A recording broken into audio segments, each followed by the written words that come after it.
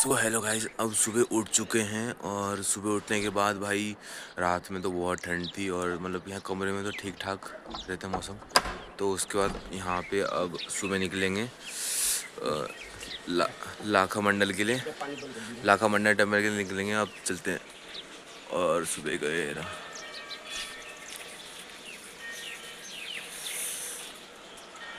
चलो गाड़ी नीचे खड़ी है और अभी थोड़ी देर गाड़ी में बैठेंगे, फिर लाखा मंडल के निकल जाएंगे।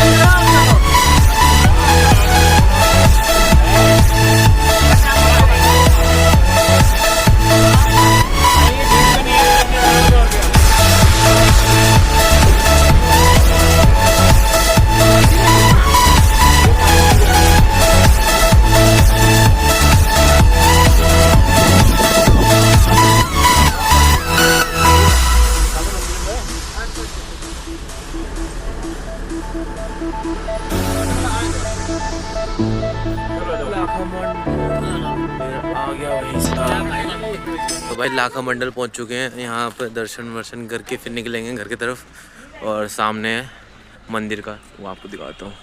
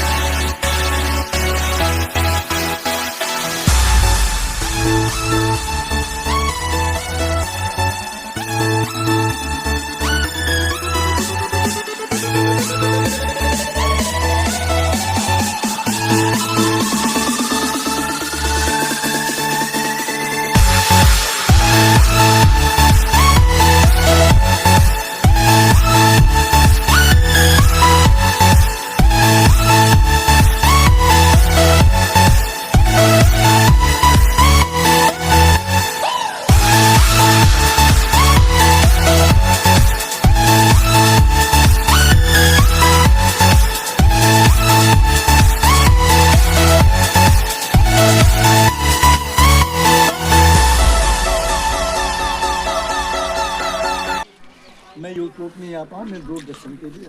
हाँ मैंने देखा है। देखा है ना? देखा है। मैं मंदिर का मीन पुजारी भी हूँ और 33 करोड़ देवी देवताओं का मैं वजीर। हमने जिसको इस भोले के दरबार में आशीर्वाद दिया है उनकी तमन्ना पूरी।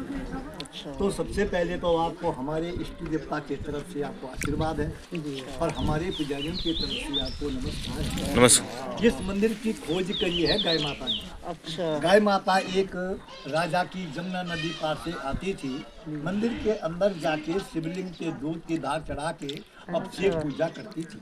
तो इस मंदिर की खोज गहनी की तो अंदर वाला जो मेन ग्रह जो शिवलिंग है वो सतियों का है। जिस समय लक्ष्मी सरस्वती और सती माँ का अवतार हुआ। आपने अंदर पार्वती माँ के छोटे चरण देखे हैं। हाँ जी, हाँ जी। 5 साल की कन्या रूप में पार्वती माँ ने शिव पाने को घोर तपस्या की है 12,000 साल तक, तब जाके भोले बाबा प्रसन्न हुए। आप ये मत समझो देवी कि हमें भोले बाबा मिले हैं, कि हमें पति मिले हैं। आपने भी अगले जन्म में तब किया था, तब जाके आपको इस युग में भोले बाबा प्रसन्न हुए। ये लाल रंग का शिवलिंग है, ये लंबा वाला, ये लाल कलर का, ये त्रेतायुग का है, राम जी के टाइम का। उसके बगल में सामने हरे रंग का शिवलिंग है, वो द्वापर युग का है, कृष्ण जी के टाइम का। यहाँ पे 33 कोटि देवी देवता है, 100 लाख शिवलिंग की यहाँ पे स्थापना है। 4 युग के यहाँ पे शिवलिंग है। अच्छा। मन की इच्छा पूरी होती है, जन्म जन्म के पाप सारे खंडित होते हैं और आप लोगों की यात्रा इस भोले बाबा के दरबार से सफल होती है। यहाँ पे 15 अप्रैल को, परसों को 15 अप्रैल को यहाँ पे मेला लगता है, एक बहुत विशाल मेला। वो मेला पूरे हिंदुस्तान भारत का देश का पहला मेला इस स्थान पे लगेगा। उसके बाद पूरे देश में मेले होंगे, 4 धाम के कपाट उसके बाद खुलेंगे। जिस बेटी का और बेटे की शादी हो जाती है फिर किसी के बच्चे नहीं होते हैं। यहाँ पे महाशिवरात्रि में एक रात में किसी माँ बेटी बहन बहू ने तन मन धन से तपस्या कर ली तो 1 साल के भीतर उनका बच्चा होता है। ये प्रत्येक प्रमाणित है आज भी यहाँ पे। आज भी यहाँ पे दूर दूर दराज से लोग बाद बर मांगने आते हैं। अब आप लोग यहाँ पे खड़े होंगे, मैं एक पूरे ग्रुप का फोटो लूंगा, मुझे मोबाइल दूंगा। सब लोग खड़े हो जाओ। पूरे थोड़ा आगे बढ़ो। इस मंदिर के ऊपर से लेकर के नीचे तक मंदिर के चारों तरफ जिस गाय ने इस मंदिर की खोज करी है उस गाय के खोर के निशाने, पैर के निशाने। अच्छा दिख रहे। ये देखो आप, ये पूरे मंदिर पे है, ऊपर से लेकर के नीचे तक। ये मंदिर के चारों तरफ है। अच्छा। इस मंदिर की बनावट, ये मंदिर ऊपर से बनाया गया नीचे को, एक रात में ये मंदिर बनाया गया और विश्वकर्मा ने इस मंदिर का निर्माण किया। हर हर महादेव। तो भाई यहाँ पे जो ये बनाया है इसके बारे में बता रहे थे और भी कुछ बता रहे हैं, तो सब कुछ बढ़ करते हैं भाई।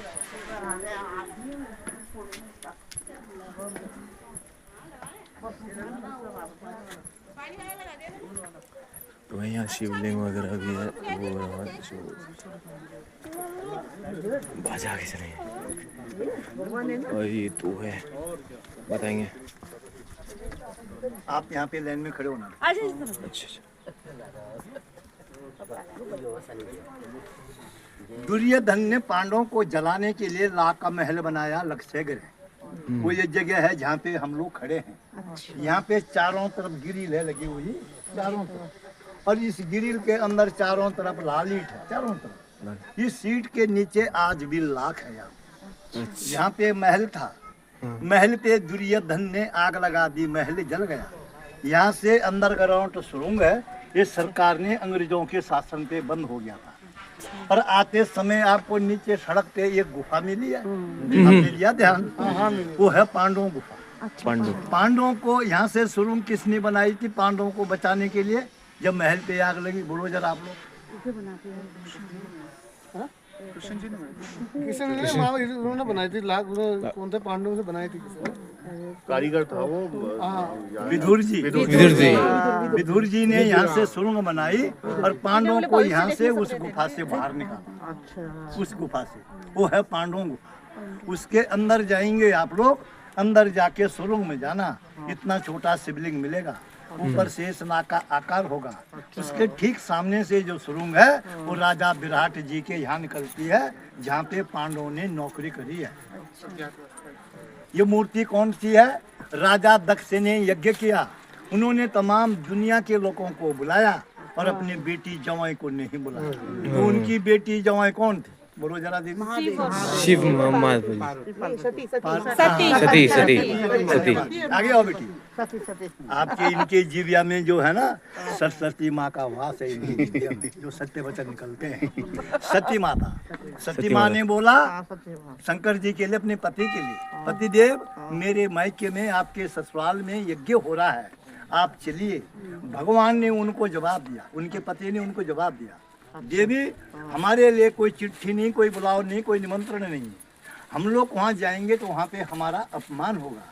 सती माँ ने अपने पति की बात नहीं मानी, उनकी आपस में लड़ाई झगड़ा हो गया। जो आज पति और पत्नी का आपस में लड़ाई झगड़ा होता है तो ये परंपरा से चल के आया है। और चश्मे वालों को तुम्हारा झगड़ा होता है ना पति के साथ, जिनका चश्मा लगा रखा उनका झगड़ा ज्यादा होता है। तो सती माँ ने अपनी पति की बात नहीं मानी, वो अपने मायका चले गई और उसने वहाँ पे अपने पिताजी के लिए सभा के बीच में नमस्कार किया और दक्ष राजा ने अपने बेटी का नमस्कार स्वीकार नहीं किया। उसको फिर अपने पति की याद आई। जब कोई बात बिगड़ जाती है ना, तब आती पति की याद कि मेरे पति की, मैं अपनी पति की सुन लेता तो मुझे ऐसी दिक्कत नहीं होती। सभा के बीच में उसकी बेइज्जती हो गई सती माँ की, और हवन कुंड में कुछ पड़ी और भस्म हुई।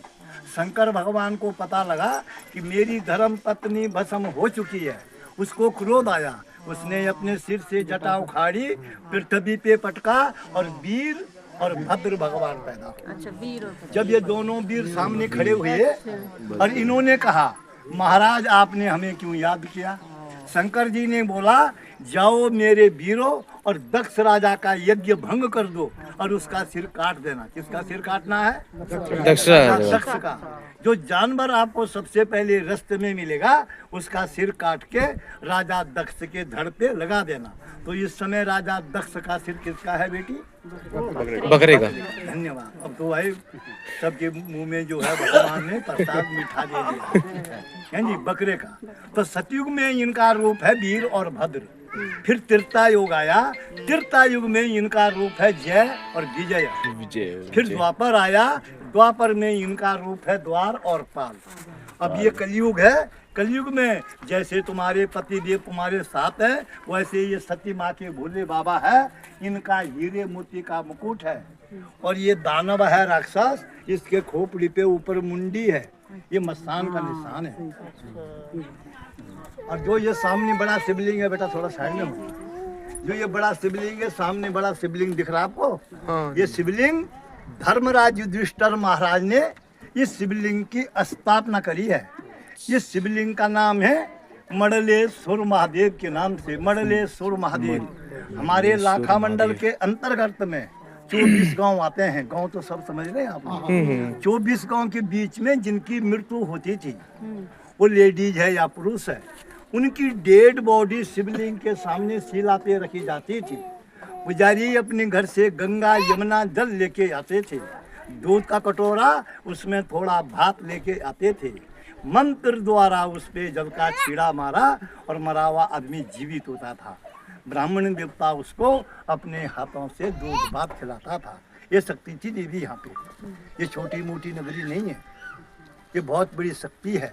जिस जगह पे मरा हुआ आदमी जीवित होता था, तो आप लोग सब लोग ऊपर जाएंगे, भगवान को नमन करेंगे और अपने पितृ देवताओं का उच्चारण करेंगे। इस शिवलिंग के दर्शन करने से पितृ देवता सीधे वैकुंठ धाम स्वर्गालय चले जाते हैं। इस भगवान की इतनी बड़ी शक्ति है। अब आप लोग ऊपर चलो। वहीं ऊपर जा रहे हैं। जैसा कि बताया कि दर्शन करने पे जो पितृ लोग होते हैं तो वो स्वर्ग में चले जाते हैं। तो अभी ऊपर चलते हैं भाई। चलो बच्चों वहाँ से हटो। तो भाई यहाँ पे चढ़ते हैं। अरे भाई सीढ़ी छोटी है। चलो भाई ऊपर आ गए। यहाँ पे थोड़ा दर्शन वर्शन करना हो रहा है। मेरे हाथ में फ़ोन है, मुझे थोड़ा पड़ेगा। 1 मिनट मेरे को थोड़ा जगह दे दो। कहाँ चढ़ में? चलो वहाँ से निकलो बाहर। चलो तो भाई आप उस लाइन में खड़े हो जाना ये सब लोग। अब मेरे को बेटी मोबाइल में फिर मैं फोटो दूंगा। तो भाई यहाँ पे मतलब दर्शन करने के बाद कि मेरे हाथ में फ़ोन में हैंडल मैं दर्शन कर लिया और पैसे भी चढ़ा दिए। और अभी बाजे जो है बहुत कुछ बता चुके हैं, तो भाई फोटो खींच रहे हो। हर हर महादेव। भाई बहन सब लोग जो है वैकुंठ धाम स्वर्गालय नहीं गए। इस भगवान की इतनी बड़ी शक्ति है। और मैं आपको कहीं भी खुदाई करते हैं तो यहाँ पे भगवान ही भगवान निकलते हैं। और ये सामने सीढ़ी लगी हुई है पार, इसके ऊपर टॉप में छतरी है। वहाँ पे ये कुंड है, कुआं है। वहाँ पे द्रौपदी वहाँ पे स्नान करती थी। 5 भाई पांडवों की धर्म। तो भाई कुंड में जा रहे हैं जहाँ जल चढ़ाते हैं, जहाँ हमारा फेस मतलब छाया परछाया दिखता है।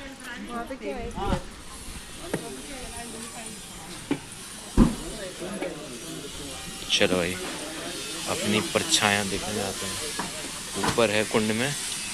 और द्रौपदी उतर नहाने के भाई जुराब मेरा आया। यहाँ पे है कुंड। ओ देखो ये रहा कुंड।